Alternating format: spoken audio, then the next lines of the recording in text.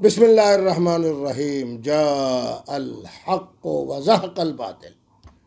آج میں نے اس سیاستدان کا اخبار میں گفتگو پڑھی جس میں انہوں نے کہا کہ جناب ہم پاکستان کے کردار کی تعریف کرتے ہیں اور افغان طالبان کا جو معاہدہ ہوا ہے اس کے اندر جو موجودہ حکومت کی پالیسی ہے ہم اس کی تعریف کرتے ہیں۔ یہ کون صاحب ہیں جنہیں 8-10 سال سے ہمارے اوپر غصہ ہی نہیں اترتا ہی نہیں؟ عمر لا کی ہم نے بات کی، انہوں نے ہماری تعریف نہیں کی۔ ریاست مدینہ کی بات کی، انہیں مزہ نہیں آیا۔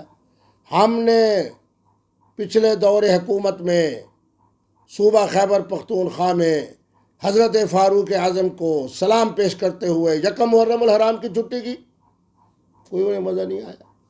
ناموس رسالت کے حوالے سے، تحفظ ختم نبوت کے حوالے سے محترم عمران خان نے کہا کہ جو شخص میرے نبی کو آخری پیغمبر نہیں مانتا وہ مسلمان نہیں ہے، انہیں مزہ نہیں آیا۔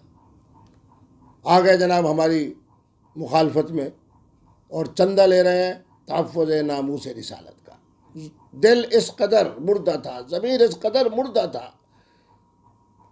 کوئی بات ان کی طرف سے مثبت نہیں آئی۔ آج انہوں نے جناب جب طالبان کا اور امریکہ کا معاہدہ پاکستان کی حکومت کی برکت سے ہوا اور محترم عمران خان کے اس ویژن کی وجہ سے ہوا کہ امریکہ سپر طاقت ہونے کے باوجود آپ کامیاب نہیں ہو سکتے، نہیں ہو سکتے، نہیں ہو سکتے، آپ کو ان طالبان کے سامنے جھکنا ہوگا، معاہدہ کرنا ہوگا۔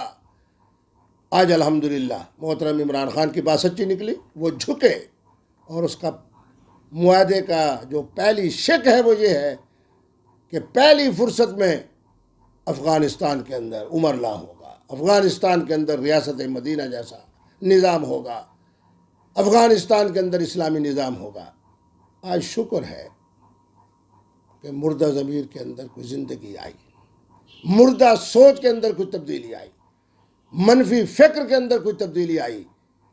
آج وہی میرے ہم شکل فرما رہے ہیں کہ ہم تعریف کرتے ہیں، ہم خراج عقیدت پیش کرتے ہیں، ہم اس حقیقت کو مانتے ہیں کہ اس معاہدے کے حوالے سے پاکستان زندہ باد، محترم عمران خان زندہ باد، اور یہ جو فیصلہ ہوا ہے ہم اس کو مثبت انداز سے دیکھتے ہیں۔ تو میری دعا ہے اور بلکہ پوری قوم کی دعا ہے کہ اللہ رب العالمین اس میرے ہم شکل کو عقل سلیم عطا فرمائے، مثبت سوچ عطا فرمائے۔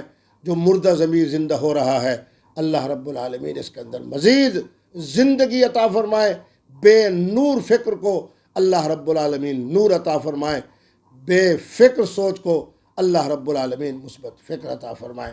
میں مولانا کو اپنے اس جملوں کی وجہ سے دعوت دیتا ہوں کہ مثبت کام، مثبت فکر، مثبت گفتگو آج کے بعد انشاءاللہ کریں گے تو پاکستان کے اندر ان کی عزت جو سابقہ ہے وہ شاید بحال ہو جائے۔ والسلام والسلام والسلام۔